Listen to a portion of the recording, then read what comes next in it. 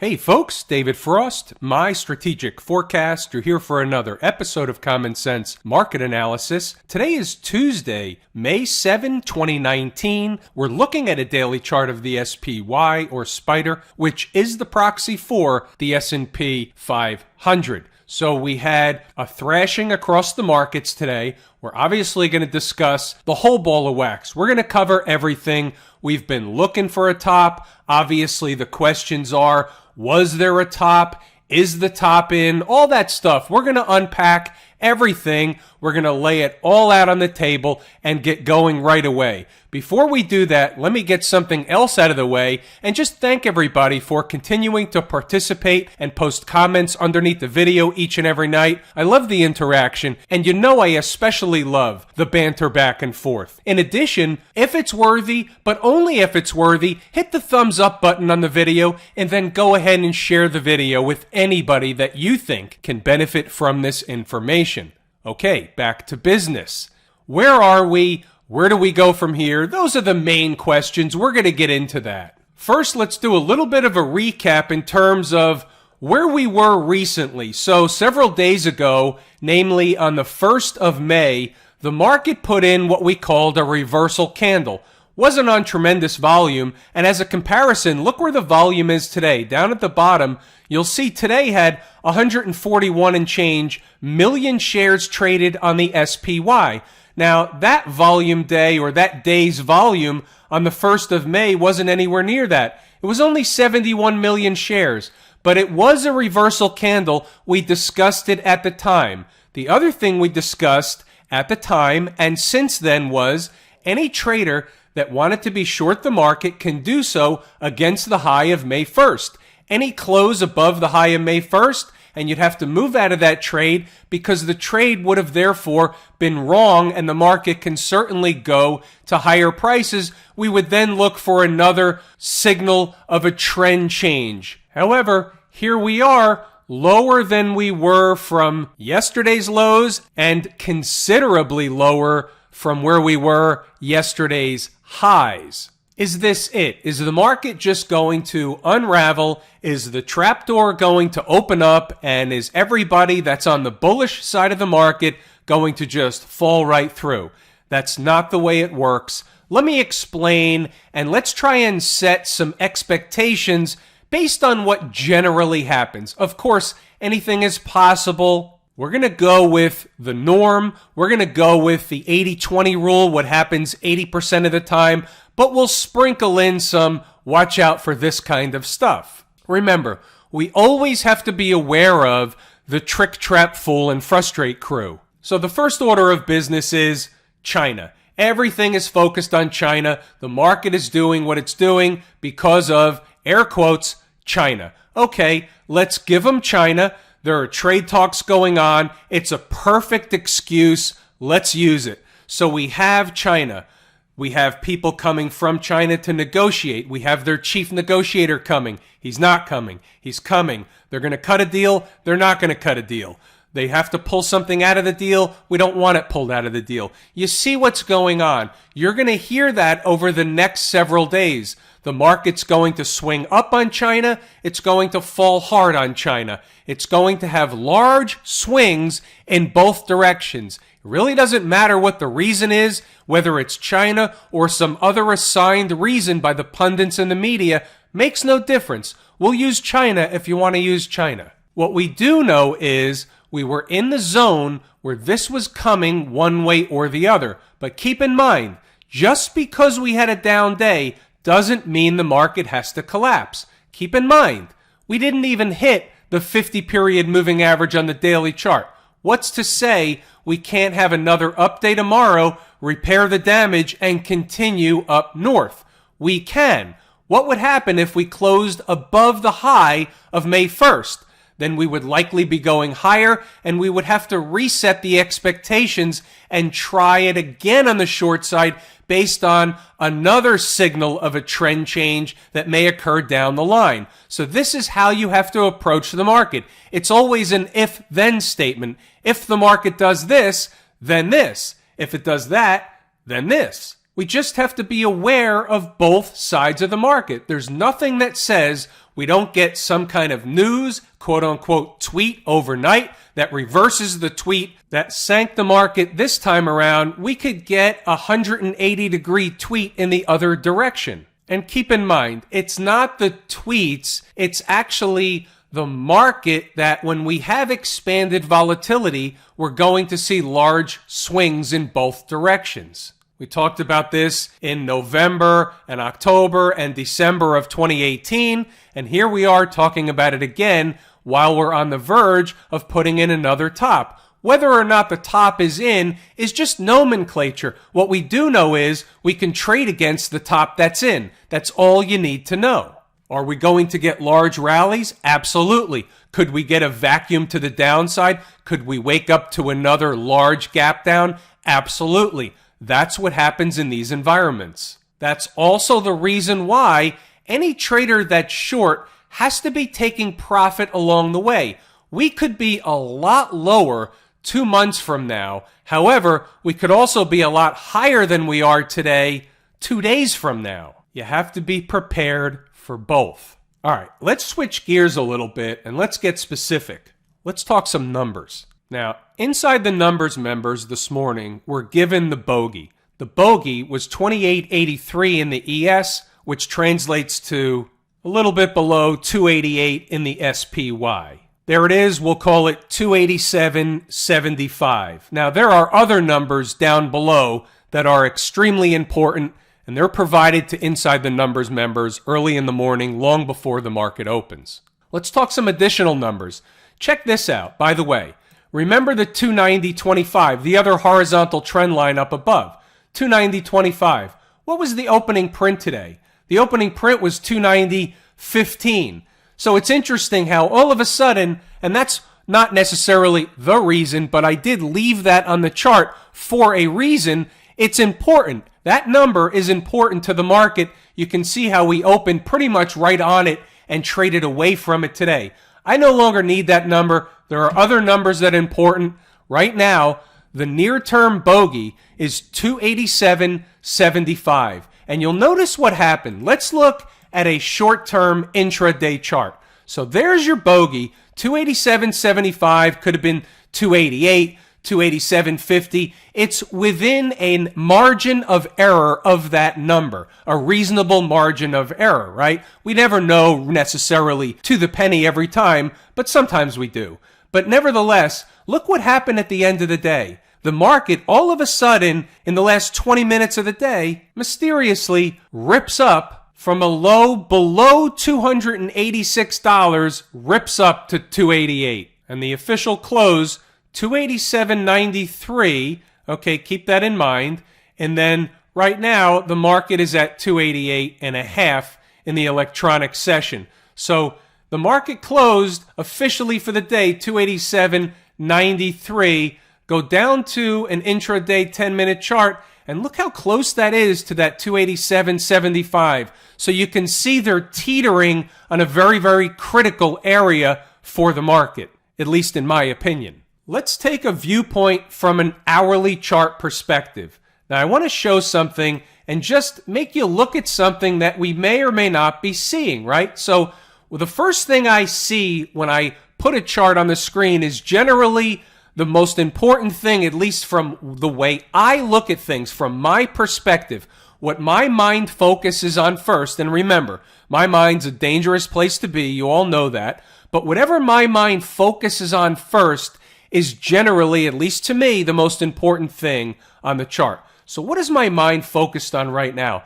I'm focused on the fact that we dropped and we rally. We had another drop or a gap down and a rally. Another drop or a gap down, and we're beginning another rally. So maybe we have a continuation rally. Maybe we rally up for another day. Maybe we were oversold today on a very short-term basis, and maybe we rally into Wednesday and or Thursday on some phony China relations or China trade news. Maybe we do, maybe we don't. But that's what I see on the hourly chart. And if this pattern that seems to be forming holds true, if we rally up, we'll once again be rejected and make a lower low. So that's food for thought. Now let's look at a different time frame and see what else we can put on the table. And we need to understand, we need to know where our resistance areas are on the top side, and we need to know where our support areas are below. So right off the bat on the hourly chart, we can see a breakdown candle. So what we want to do is identify what's the high of the breakdown candle, 289.11. There also happens to be a moving average up here. So we can say that if we begin closing hourly above 289, and not by just a few pennies, but above 89, 289, that would be not necessarily bullish long term, but that's bullish maybe on the short term basis. So we want to be aware of that. That's a potential that we need to be aware of leading into Wednesday morning if the market's rallying. If we're waking up to a gap higher in the morning, what are the areas we want to know? Well, we also want to know about today's high. So let's identify today's high happens to be 290.81. So if we're above and we close hourly above today's high, then maybe the market's not ready to fall just yet, and we could be putting in a different type of situation, a different type of pattern. Closing hourly and then daily above today's high changes the short-term picture. We want to be aware of that. Write it down. What do we have below? Well, we have some gaps below. We have a gap right here. So we know that if the market's falling, there's a gap, there's a 50-period moving average that we came just short of today. Let's put an identifier where that gap is. It's right around 282.50. Now there's another gap just below that. That one we'll put at 280.71. Again, there's a margin of error here. I'm giving you generalized numbers. Now, why is it green all of a sudden? Well, I'm going to tell you. On the flip side, if they jerk the market down again, that's going to be an area where we're likely to find some support. As ugly and scary as it may be at the time, it's more likely than not we find at least some intraday, if not more, support. Could it be slightly lower than that? Could they come up short of that? Sure, anything's possible. I'm just saying that in that zone, we're likely to find some chart support that's likely to last more than just a few minutes. So, if we found the market down there sooner than later, now this may not apply 2 weeks from now, but it applies over the next few days. So we'll continue to talk about it. Maybe we rally tomorrow and drop the following day. Maybe we rally for the next 2 days and we don't have to talk about 282 for a while. We're not 100% sure exactly what's going to happen tomorrow, but what we do know is we've got an expansion in volatility and we're going to get large swings in both directions. We need to be prepared for both. My longer term take is, and I want to reiterate this, that we were looking for a top and that we're having a longer term corrective move over the next, let's just say, many weeks to several months potentially. That's what we've been talking about in the bigger picture. So I just want to make sure that we're clear on something. We've been discussing the fact that the market's in an uptrend. The Qs are in an uptrend. The spiders are in an uptrend. Because the market's in an uptrend doesn't necessarily preclude it from putting in a top and turning down. The market's going to be down a lot of points before the uptrend actually becomes a different trend. So I wanted to make sure that everybody's clear on that. Uptrend is one thing. Putting in a top and a reversal, signs and a signal of a reversal or a reversal candle in and of itself is something else. One is apples, one is oranges. They don't necessarily always go together. In fact, they don't go together because you're going to have to get a market reversal and a decline in order to change the trend from up to down.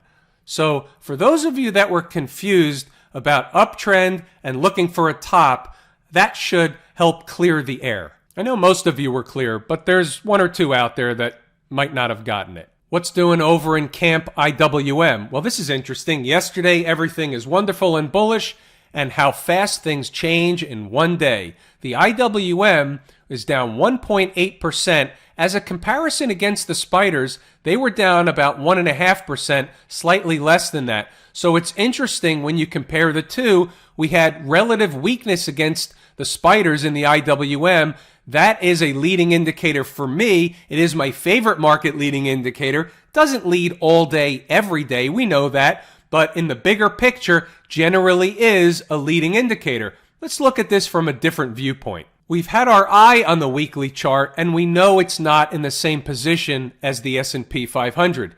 Here's the S&P 500 or the spider. We were making another top or a double top area. Spiked through a little bit, but that was a double top area as compared to nowhere near a double top in the IWM.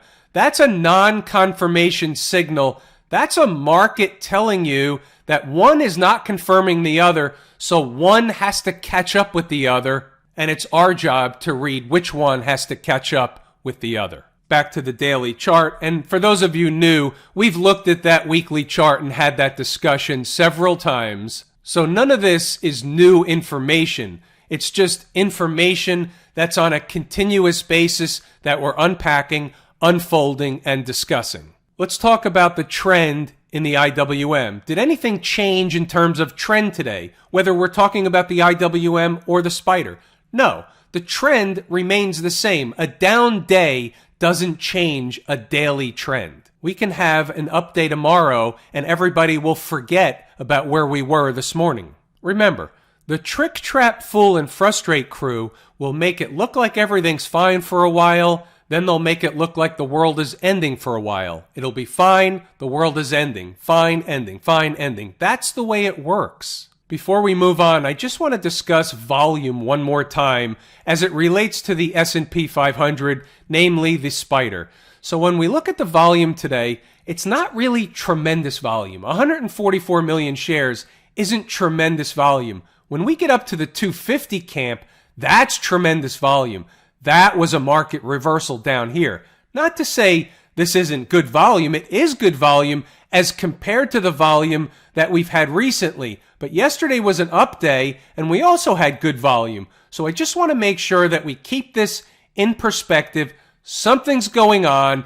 Are we going to go up 100 handles in the S&P, or are we going down 100 handles in the S&P, or both? Just keep this in mind. Closing hourly above yesterday's high, and you can keep the downside in your back pocket until and unless we close back below. And you can use that as a benchmark for if the market is rising and you're not sure about where that area may be, you can use that number. It's not close by or anything, but if we have a tremendous gap higher and it looks like everything's fine and they're cutting a deal with China, markets are rallying, you need to know where that number is because that will be traditionally overhead resistance. No matter what the media is telling you at the time, there's going to be overhead resistance up there. What's doing down at the transportation department? Boy, did they get taken out behind the woodshed today, down 2 points or 231 points, 2%. Canary in the coal mine. We keep discussing it over and over and over again. And keep in mind, as long as we're above the 50-period moving average on the daily chart or the weekly chart for that matter, the trend remains up. But where are we on the weekly chart? Let's make sure everybody's aware. The 50-period moving average, why is that important? It's not really important to me. It's important to others, and I know about it. That's what makes it important. So here's what I mean by that. Institutional money looks at the 50-period moving average as gospel. So they're happy to stay long as something's above the 50-week moving average. Not daily, but week. So as long as something's above the 50-week moving average, it's considered okay. We start cracking below the 50-week moving average, and there's going to be sell signals that start to trigger. Well, you have to look at the stocks inside of the transports to find out what the real story is. So let's take a look at a couple. How about Federal Express, FedEx? How does that look? Doesn't look too good. We may get a bounce for a few days. We may get a bounce for a week out of this.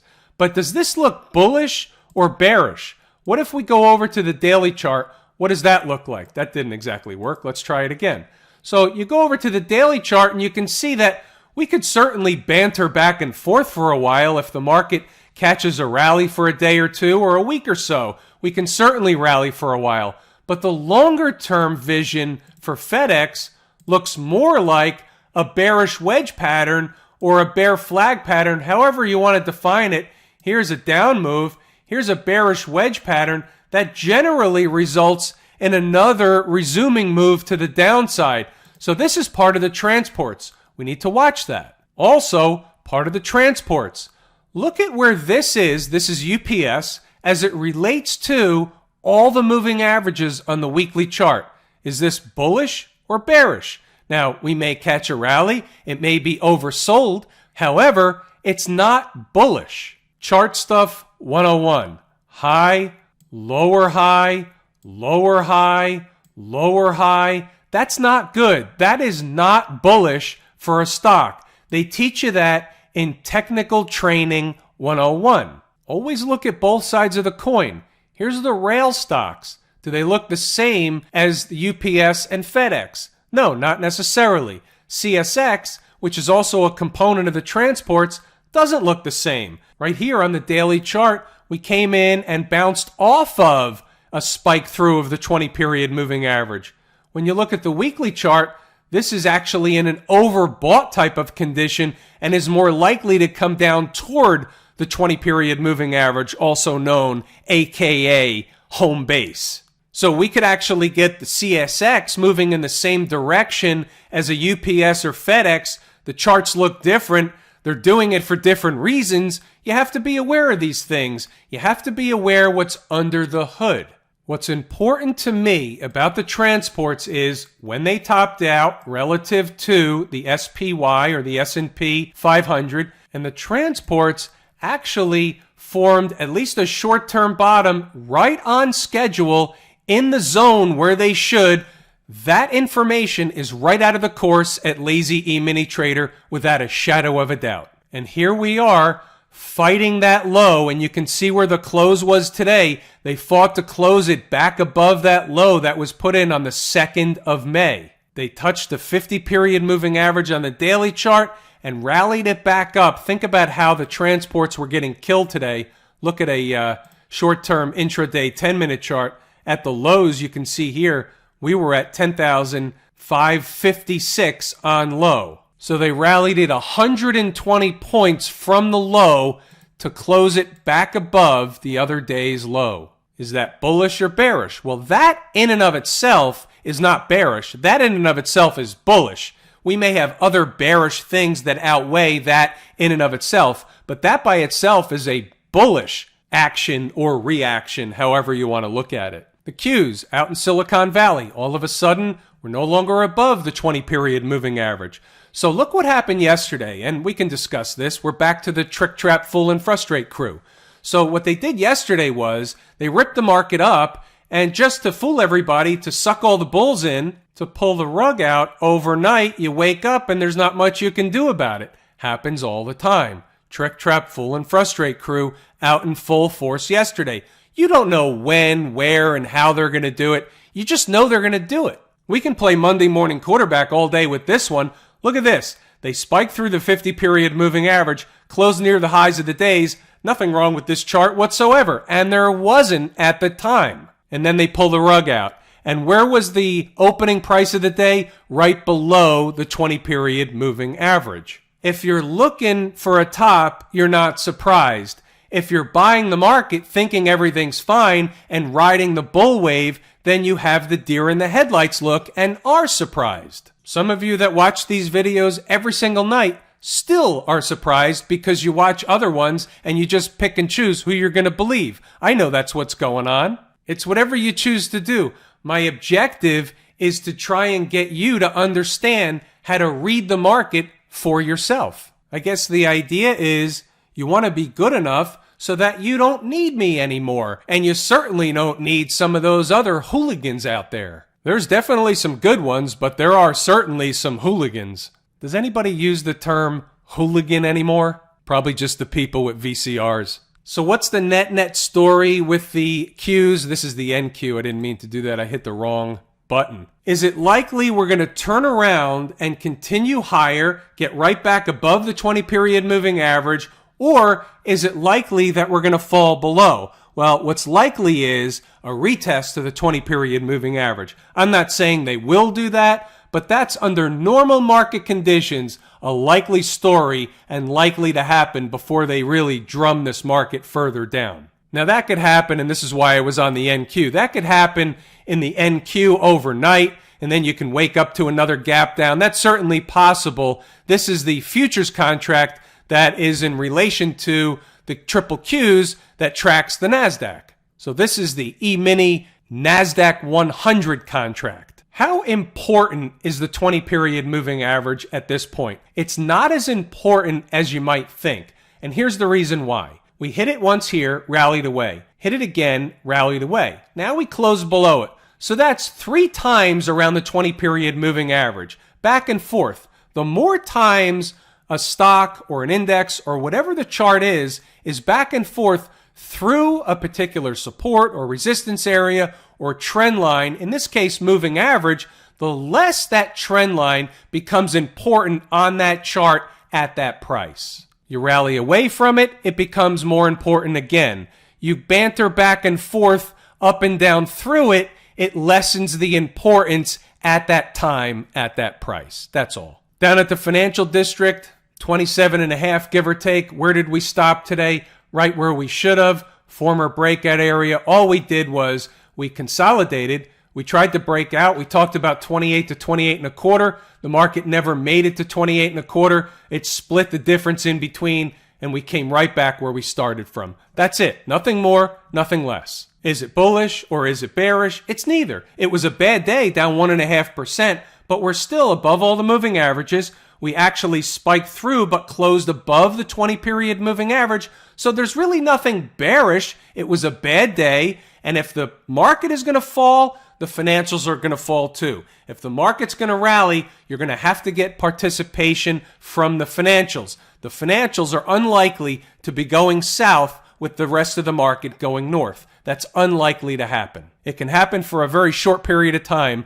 but it's unlikely to happen for an extended period of time. The SMH, this is the proxy for the Philadelphia Semiconductor Index, looks very similar to what we just looked at with the financials. What did we do? We came back to test the breakout area. That's where we found support today. Is it finished going down? Well, if you refer back to the course at Lazy E Mini Trader and you take a look at the time component that we discuss, you happen to be in a zone for the SMH right now.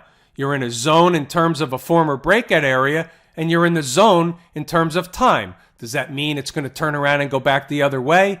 Not necessarily. It's interesting. Put it on a sticky note by the computer, see what happens. If everything else is getting smoked in the morning, the SMH is going to get smoked too. But if we start to get a turnaround and we get a rally for a day or two, don't be surprised to see the SMH all the way back above 116, maybe even as high as 117. Just saying.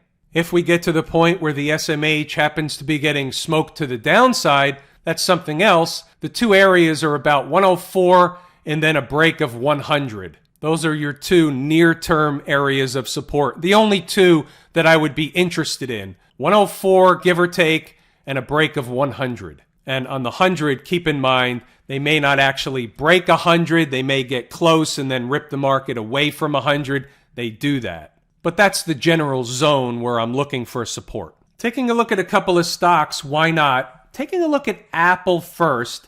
Now, it's interesting with Apple because we closed below the 20-period moving average, but that's not the first time we did that. And you saw what happened the following day. We got a gap higher. Here we are again, closing below the 20-period moving average. So the question is obvious. Are we going to have the same set of conditions where we actually have another rally away from this price level, away from the 20-period moving average, keeping the uptrend intact?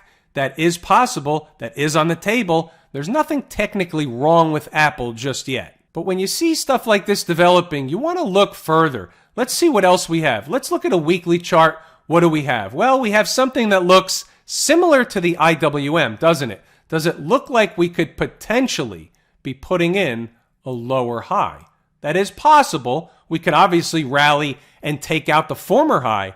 That's possible, but I just wanted to bring to everybody's attention, it's a possibility. What if we go in the other direction? What do we see on, for example, a 240-minute chart? Well, we're being contained right now by the 50-period moving average on this 240 chart. Still trending higher, teetering, but still trending higher. Hasn't really given up the ghost just yet. We're still above the Mendoza line. We'll see what happens with Apple. For those of you who do not know what the Mendoza line is, you're likely not a baseball fan, and that's okay. Not everybody has to be a baseball fan. The Mendoza line, we'll just call it for argument's sake, above 200. What about Facebook? Facebook was a fan favorite all of a sudden, and now here it is coming down off its recent highs. But is there really anything wrong with Facebook? No. Essentially, we're just coming back toward the 20-period moving average, maybe fill a gap. Let's say they filled a gap down at 182, 183, down in this neighborhood. From 190, it would look like Facebook was getting killed, right? And what would they be doing? Something that the market naturally does all the time. So you always have to keep in mind, is the market really just heading to complete something, heading toward the destination, or is it really unraveling? So we just have to keep that in the back of our mind at all time. There are times when the market is unraveling, and there are times where it's just heading to a destination to do something. And while that's happening, sometimes it looks really, really ugly. This market is going to get very, very interesting, in my opinion, going forward. So it will be my pleasure to pick it apart each and every day. I was going to go over more stocks, but this video is getting long in the tooth. So we'll continue to do that each and every night. I'll cut out some stuff we don't need, and I'll add in some stuff we do as the market begins to get a little bit wild on us. So with that, I'm going to give it a wrap here. I'm David Frost, my strategic forecast. Thanks for tuning in for another episode of Common Sense Market Analysis.